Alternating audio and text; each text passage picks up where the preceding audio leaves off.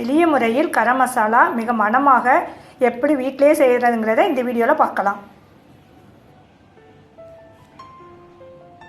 Garam masala use பண்ணுறது எல்லாமே நான் வீட்டில் செஞ்ச திரிச்சு வச்சதை வச்சு தான் போட்டுக்கிட்டு இருக்கேன். பிரியாணிக்கு கூட இந்த மசாலா யூஸ் பண்ணிக்கிடலாம். அதுக்கு என்னென்ன இப்போ சேர்க்காங்கிறத இப்போ சொல்கிறேன்.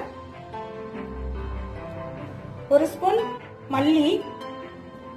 மல்லி வந்து நம்ம எல்லா குழம்பு மசாலா அப்படிலாம் மல்லி வத்தல் சேர்த்துருக்கோங்கிறனால நான் மல்லி கம்மியாக சேர்த்துருக்கேன். மல்லி 1 ஸ்பூன் மல்லி, 1 ஸ்பூன் மிளகு, 1 ஸ்பூன் கிராம்பு, 2 ஸ்பூன் சோம்பு, ஒரு 8 நட்சத்திர பூ, ஒரு 2 ஸ்பூன் ஜீரகம், 20 ஏலக்காய், 3 பிரியாணி இலை, அப்புறம் 2 பட்டை, 2 நீளமான பட்டையை உடைச்சு போட்டிருக்கேன். பெரிய பட்டைங்கிறனால இது ஜாஸ்தி தெரியுது. இப்போ இதை வந்து வறுக்க போறேன். இது எப்படி வறுக்கங்கிறத காமிக்க. எல்லாத்தையுமே இப்போ சட்டியில போட்டு வச்சிருக்கேன். தாளிக்க இது வறுக்கிறதுக்காக. இது ரொம்ப வறுக்கக்கூடாது, கரிஞ்சிடக்கூடாது. லேசா சூடுபடுத்தினா மட்டும் போதும். கொஞ்சம் மீடியமான தீயில வச்சுக்கிட்டு இதை லேசா சூடாக்குங்க. ரொம்ப கரிஞ்சா மசாலா நல்லா இருக்காது.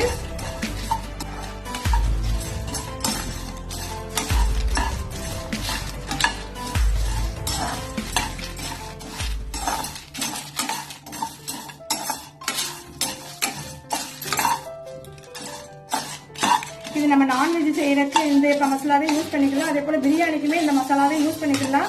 எல்லாமே நல்லா இந்த மசாலா நம்ம வறுத்து சேர்க்கறதுனால வாசமாகவும் இருக்கும். அதே நேரம் கொஞ்சம் கூட கொஞ்ச நாள் இருந்தாலும் இந்த மசாலா வந்து கெட்டு போகாது.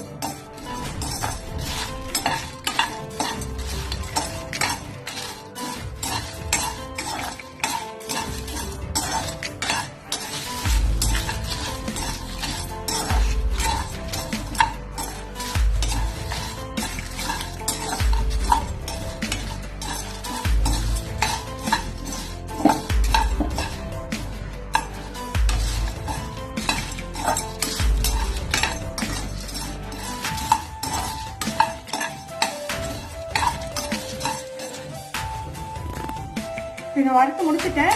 இதை வந்து சூடு அரிச்சு வறுத்து முடிச்சுட்டு இதை ஆற வச்சு மிக்சி ஜார்ல போட்டு திரிக்கிறத காமிக்க.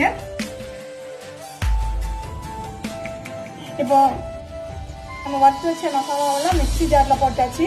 இதை மிக்சியில போட்டு திரிச்சு கொண்டுட்டு வரோம். இப்போ நல்லா மையா வந்து அரைச்சிட்டு வந்துட்டேன். உங்களுக்கு இது இப்படியே மசாலாவை குழம்புக்கு சேர்த்துக்கிடலாம், குழம்புக்கும் கிரேவி எதுக்குனாலுமே சேர்த்துக்கிடலாம். இல்லை இதை விட பட்டு போல வேணும் அப்படின்னு நினைச்சா நம்ம மாவு அரைக்கிற அடுப்புல வச்சு அரிச்சு எடுத்துக்கிடலாம்.